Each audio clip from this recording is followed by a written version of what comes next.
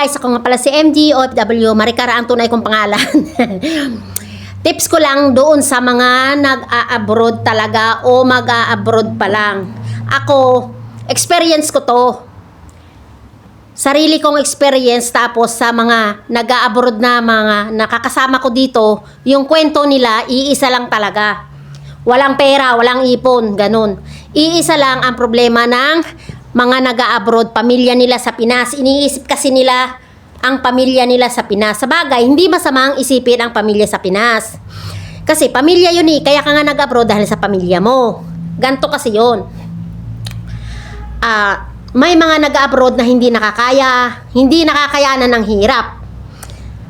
Bago kayo mag-abroad, isipin nyo kasi yung hirap. Isipin nyo yung pinakamahirap na dadanasin nyo sa ibang bansa. Biruin mo, mag-isa ka lang sa ibang bansa. Kaya mo ba ang hirap na mangyayari sa'yo? Kaya mo ba yun? O makakasurvive ka ba? O, di ba? Ganun dapat ang isipin mo. Wag mong iisipin yung sweldo, yung dollar na kikitain mo. Wag mong iisipin yun. Kasi kung yun ang iisipin mo, tapos, pagdating mo dito, hindi mo pala kayang walang tulog. Hindi mo pala kayang yung pagkain nila, hindi mo talaga matake. Tapos, wala kang pasensya. O, di ba? Ganun eh. Nangyayari yun talaga. May kasama na ako dito. Nangyayari yun. Tapos, di ba, pag nasan dito na kayo, yung nag-a-apply kayo, hirap na hirap kayo, pamasahe, pagkain, meron nagugutom. Yung nagugutom na sa pag-a-apply, hindi ko makain. Ako, ranas ko yun. Nagutom ako sa pag-a-apply. Nakihati ako doon sa, hindi ko siya kakilala kasi wala akong ulam. Ngayon, nakihati ako doon, sabi ko, hati tayo sa ulam. Hati tayo sa ulam kasi hindi ko kaya. May baon ako kanin pero wala akong ulam. Sabi ko kahit sabaw lang, o di ba? Naiyak tuloy ako, visit na 'yan.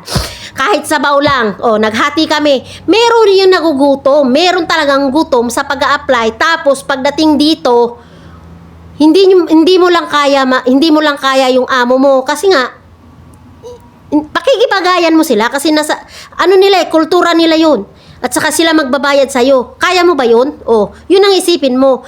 Tapos, tapos pag nandito ka na, tapos uuwi ka, iiyak ka, ngangal-ngal ka. Isipin mo yung hirap mo doon sa Pinas nung wala ka pang pera, wala ka pang Diba? Tapos pagdating mo rito, kung sino-sino yung aabalahin mo sa Pinas, kesyo wala kang kinain, mamamatay ka na. Diba? Anong iisipin ngayon yung nasa Pinas? Maaabala mo sila.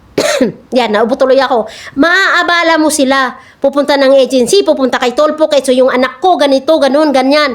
Hindi kaya, minaltrato, ganon, ganyan. O, di ba? Totoo, marami talagang ganyan. Pero meron din na nagsasaksid sa pag-abroad kasi kailangan talaga mag-ipon. Okay, 2 taon hindi ka makakaipon kasi utang, ganon, bayad dito sa pamilya. Pero pag sumildo ka na, nakatanggap ka na ng dollar, huwag mong iisipin na bibigyan ko si ganito, bibigyan ko si ganyan para ito kay ganun, para ito kay ganyan, o di ba? Isipin mo yung hirap mo, yung pinagdaanan mo bago mo nakamit yung sweldo mo na yon na maliit. Sa totoo lang, hindi naman malaki ang sweldo dito sa abroad. Hindi malaki. Depende na lang kung magbibigay yung amo mo, yung mga hadiah, bibigyan, iipunin mo yon, mabibigyan. Kasi sa akin, may nagbibigay talaga ng tips.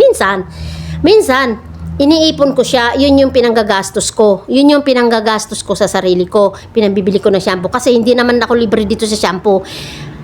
Ang shampoo ko dito, binibigyan ako ng amo ko, pero ayoko kasi nga naglalagas ang buhok ko, ganon.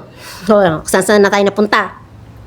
O diba, ang sinasabi ko, bago tayo mag-abroad, wag mong iisipin yung dollar na hawakan mo, wag mong iisipin na pag nag-abroad ka, gaganda ka, puputi ka, tapos magiging sexy ka, hindi, magiging sexy talaga.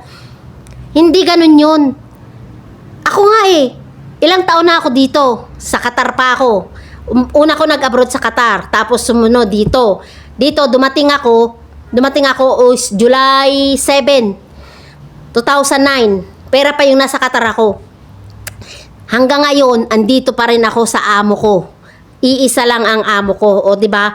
Kasi nga, gusto ko, may mapatunayan ako pag umuwi ako. Ayokong umuwi na babalik ulit ako sa pagtatrabaho. Ganun. Di ba? Kaya kayo guys, huwag ganun.